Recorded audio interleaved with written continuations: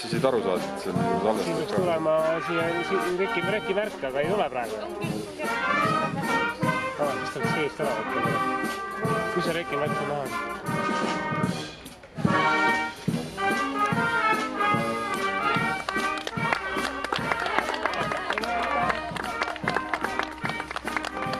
Kas tuleb meelde?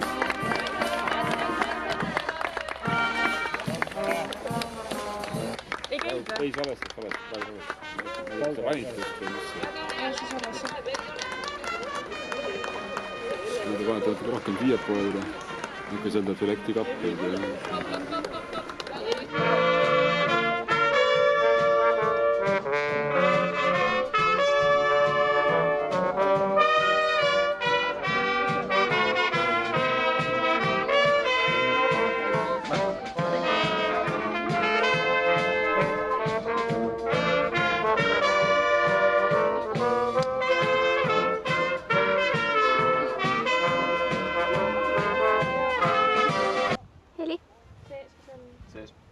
Kaamerad käib 1A1. Kui vastata küsimusele, et kus kohast algas minu kunstniku tee, et siis ma võin väga kindlalt öelda, et siit samast Viljandist. Ma olen Rene Viljandist.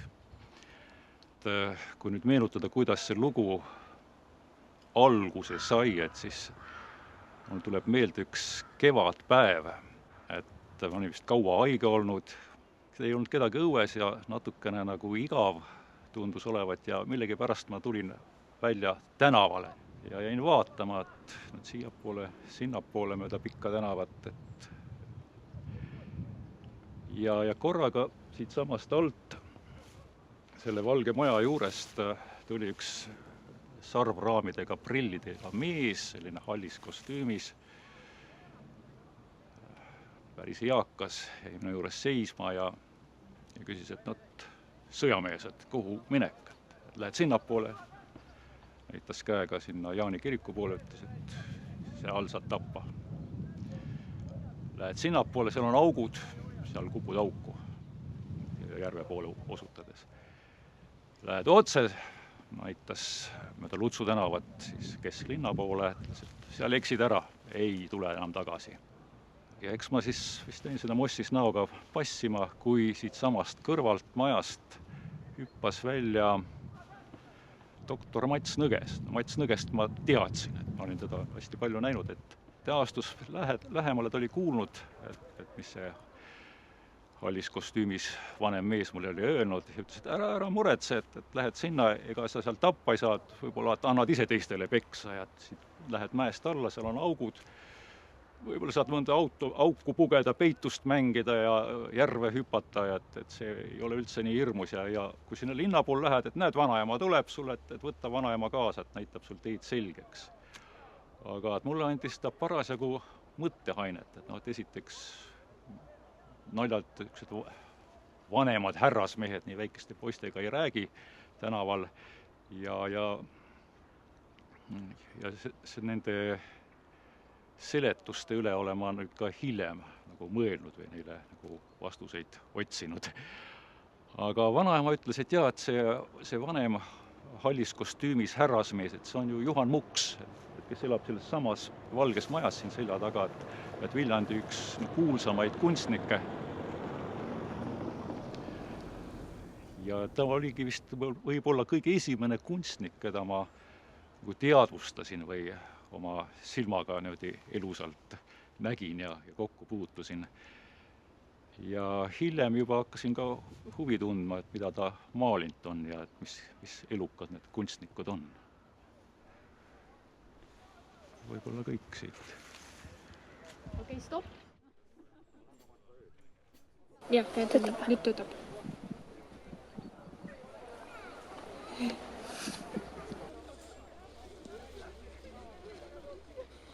Anja! Aha.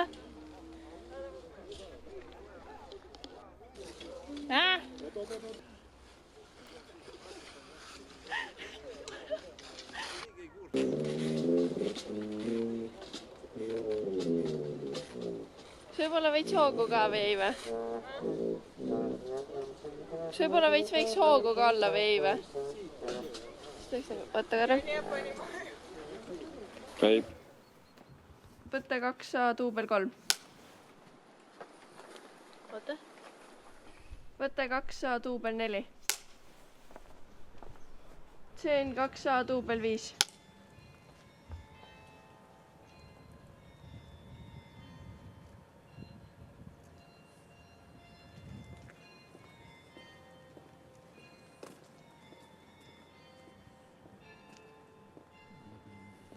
See on minu koolitee.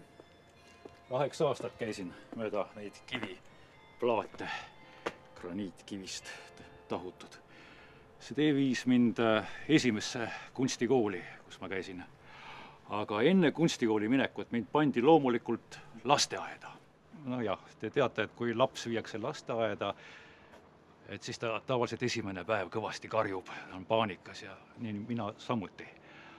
Aga teine päev, kui lasteaeda viidi, hakkasin ka kangesti nagu nutma, aga korraga ei teab, kus kohast tuli välja kasvataja poeg, väike Anti. Ja tuleb minu juurde ja ütleb, et oota, tule minu juurde, ma näitan sulle midagi. Tule, lähme. Ja tirib mind tualettruumi WC-sse. Seal oli see vesiklosett. Ma ei olnud elu sees seda näinud veel, meil oli vaba langemisega, meil olid sellised lihtsamad majad. See oli selline mahesoe valgus ja näitab korraga, et vaata, mis siin on. Ja vaatan, seal vesiklosetis on valges fajanspotis on selline pruun, ilus, perfektne selline skulptuur. Hästi voolitud, hästi teostatud. Ja Anti ütleb, vaata, mina tegin selle, see on minu tehtud. Et selline ülim loomisrõõm, säraste silmadest ja ma korraga unustasin kõik nutmise ja hulgumise ja kuhu ma sattunud olin et üldse. Ja juba tulid teised lapsed sinna ka vaatama ja kõik kommenteerisid ja rääkisid ja meil tekkis selline, ma ütleks, et intellektuaalne keskustelu või vestlus.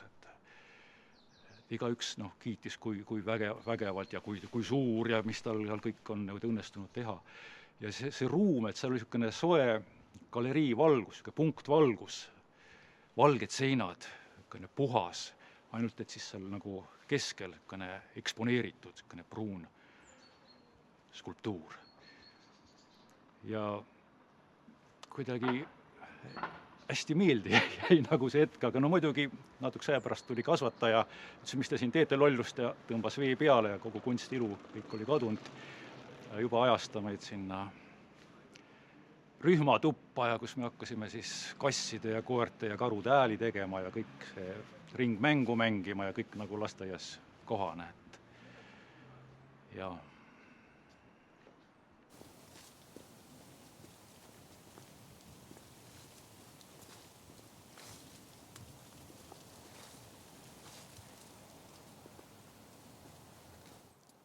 nüüd ma olen 100 meetrit või natuke rohkem oma kodust mööda kooliteed liikunud ja siin minu selja taga ongi siis minu esimene kunstikool. Kunstikooli teeb kunstikooliks ikkagi õpetaja, kes seal koolis toimetab ja õpetab. Ja kui mul paluti nimetada mõni väga oluline õpetaja minu elus olnud, et siis võib-olla sellesama kunstikooli õpetaja Saima Jänes. Et võib-olla kui teda ei oleks olnud, ei oleks minust ka kunstnikku saanud või kunstiõpetajat, et võib-olla tegeleks puude istutamise või ma ei tea, maastiku muutmisega. Teatud vanusest lapsed hakkavad joonistama nuupagadiisid, Miki Hiiri, mingeid koomiksi tegelasi ja kopeerivad neid maha ja katsuvad hästi täpselt teha ja on õudselt vaimustuses. Aga Saima ütles, et kui see huvitavad sellised naljategelased, joonista neid kodus. Aga et siin koolis katsume ikkagi vaadata seda maailma nii-öelda mitmest vaatepunktist, et joonistada natuurist, et ka seda samad puud, mis siin kiriku kõrval kasvab, et Jaani kirik on siin samas teisel pool teed, et istu maha ja joonista seda puud, vaatad, kuidas need oksad kasvavad. Ja mingi hetk vabas õhus maalida kas või akvarellvärvidega, et on igal kunstnikule vajalik. Ja akvarellvärvidest fresko maalimiseni ei ole ka väga pikk tee, aga freskost ma räägiks juba Jaani kiriku ruumides, et läheks Jaani kirikusse.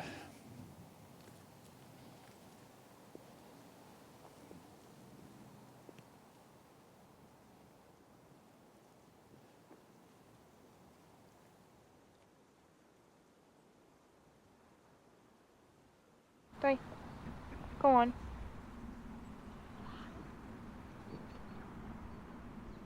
Okei, see läks väga metsa.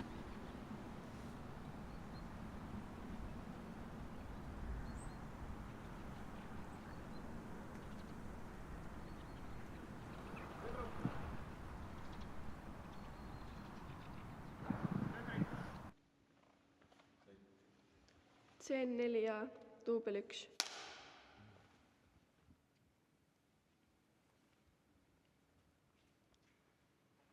Nüüd me oleme siis Viljandi Jaani kirikus. Et ma vist pean natukene ajas tagasi minema, võib-olla isegi päris palju. Et ta ei olnud vist algselt linnakirik, et ta oli kloostrikirik ja et siin olid mingil ajal tegutsesid frantsiskaani mungad. Ja nende munkade meenutuseks või austusest nende vastu on siin ka üks väikene aken, kus on Frantsiskust ennast kujutatud. Kui veel siis minevikus üks aastat 1990, et mis sai sellele Jaani kirikule oluliseks, et teda hakati taas korrastama. Ja see 1990 oli ka minu jaoks väga oluline, kuna ma lõpetasin siis Tallinnas Riikliku Kunstiinstituudi ja lõpetasin ta monumentaalmaalija paberitega. Mis asi see monumentaalmaal on? Tegelikult ta hoiab endast nagu 3 kunstiliiki, et ütleme siis fresko, ajalooliselt fresko,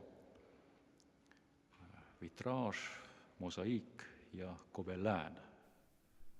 Sellel samal 1990. aastal kuuldes, et Viljandi Jaani kirikut taastatakse. Ma olin siit kirikust nii palju mööda käinud, mul oli nii palju fantaasiaid ja mõtteid, ideesid juba selle kirikuga sellel ajal, kunstikooli ajal, et kas midagi maalida siia seintele või midagi siia akende ette teha. Ja siis ma mõtlesin, et see on kas tõesti mingi taevalik ilmutus või huvitav asjade kokkusattumine, et ma lõpetan kooli, mul on vaja teha üks selline meistritöö, mis mind tõstaks nagu üliõpilase staatusest kunstnike hulka, et mis oleks ka nagu tõestus endale, et milleks ma nagu suuteline olen. Et selline nagu väljakutse. Ja võtsin südame rindu, marssisin siis selle restaureerimisfirma uksest sisse ja sattusin kohe kõige tähtsama mehe ette. Ja ta ütles, milles asi, et teeme ära.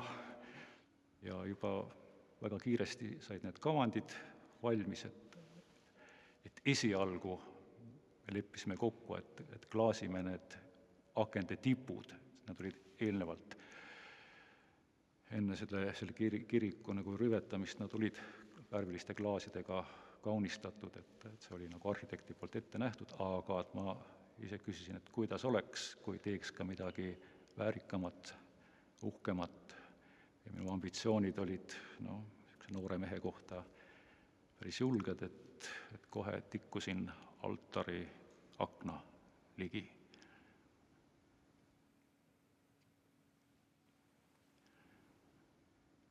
Ja nagu näete, Jumal on mind aidanud, et töö on teostatud ja ma ise olen rahul. Et on isegi vist üks minu tähtsamaid töid.